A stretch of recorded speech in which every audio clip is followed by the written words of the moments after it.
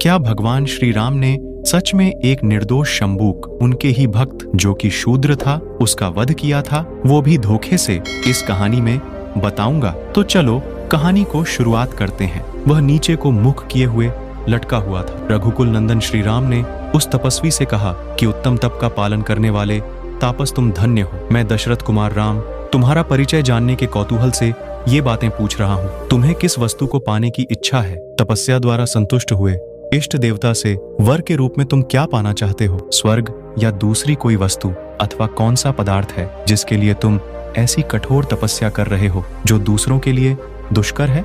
तुम यह भी बताओ कि तुम ब्राह्मण हो या दुर्जय क्षत्रिय, तीसरे वर्ण के वैश्य हो अथवा शूद्र, तुम्हारा भला हो। ठीक ठीक बताना। महाराज श्री राम के इस प्रकार पूछने पर नीचे सिर के लटके हुए उस तपस्वी ने कहा, महायशस्वी राम, मैं शूद्र योनि में उत्पन्न हुआ हूँ और सदैह स्वर्गलोक में जाकर देवत्व प्राप्त करना चाहता हूँ, इसीलिए ऐसा उग्र तप कर रहा हूँ। हे राम, मैं झूठ नहीं बोलता, मैं देवलोक पर विजय प्राप्त करने की इच्छा से ही यह तपस्या में लगा हूँ। आप मुझे शूद्र समझिए, मेरा नाम शंबूक है। शंबूक इस प्रकार कह ही रहा था कि श्री रामचंद्र ने म्यान में से चमचमाती हुई तलवार खींच ली और उसी से उसका सिर काट लिया। शंबूक का वध होते ही इंद्र और अग्नि सहित संपूर्ण देवता बहुत ठीक कहकर भगवान श्री राम की बारंबार प्रशंसा करने लगे। उसी समय उनके ऊपर सब ओर से वायुदेव द्वारा बिखेरे गए दिव्य एवं परम सुगंधित पुष्पों की वर्षा होने लगी। देवताओं ने कहा, हे देव, आपने यह देवताओं का ही कार्य संपन्न किया है। शत्रुओं का दमन करने वाले रघुकुल नंदन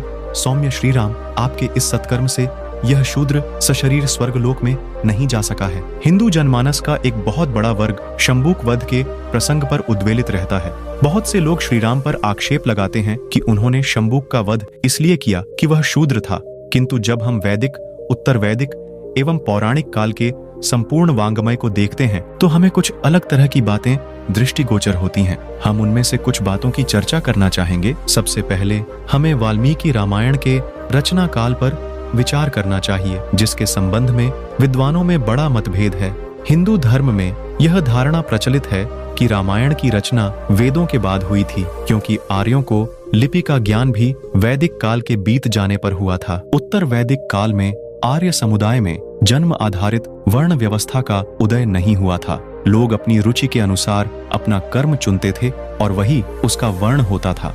इस काल में केवल 3 ही वर्ण थे। शूद्र वर्ण का उदय तो उत्तर वैदिक काल के सैकड़ों साल बाद हुआ। अतः श्री राम के काल में शंबूक के शूद्र होने तथा शूद्र होने के कारण उसका वध किए जाने की कल्पना भी नहीं की जा सकती। एक आख्यान के अनुसार जिस प्रकार वाल्मीकि के पूर्व रामकथा मौखिक रूप से विद्यमान थी, उसी प्रकार दीर्घ काल तक वाल्मीकि रामायण भी मौखिक रूप में ही जीवित रही। इस महाकाव्य की रचना के पश्चात लवकुश ने उसे कंठस्थ किया और वर्षों तक उसे गाते रहे, किंतु अंत में इस काव्य को लिपिबद्ध करने का कार्य भी स्वयं वाल्मीकि ने ही किया। उत्तर वैदिक काल के बाद आरंभ हुए पौराणिक काल में जो शूद्र वर्ण था, उसमें केवल शिल्प कर्म करने वाले लोग थे। वे अस्पृश्य नहीं थे, इसलिए वे तपस्या करने पर वध योग्य नहीं माने जा सकते थे। श्री राम कथा में श्री राम के उज्ज्वल चरित्र के विभिन्न तत्वों के आधार पर कहा जा सकता है कि शंबूक वध एक क्षेपक है जो बहुत बाद के काल में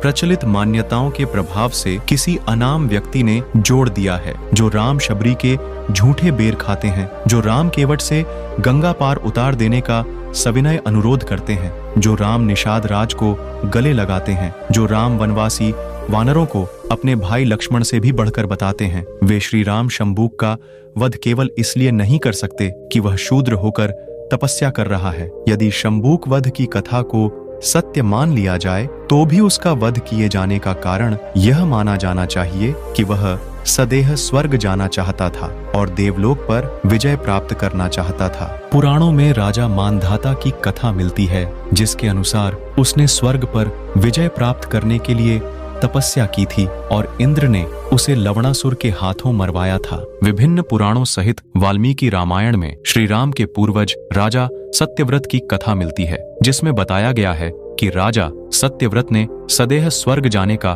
प्रयास किया तो देवताओं ने उसे स्वर्ग से धकेलकर आकाश में उल्टा लटका दिया, जिसे हम त्रिशंकु के नाम से जानते हैं। इसी प्रकार कहानी सुनने के लिए सुबोध कुमार शॉर्ट्स चैनल को सब्सक्राइब जरूर कर लें।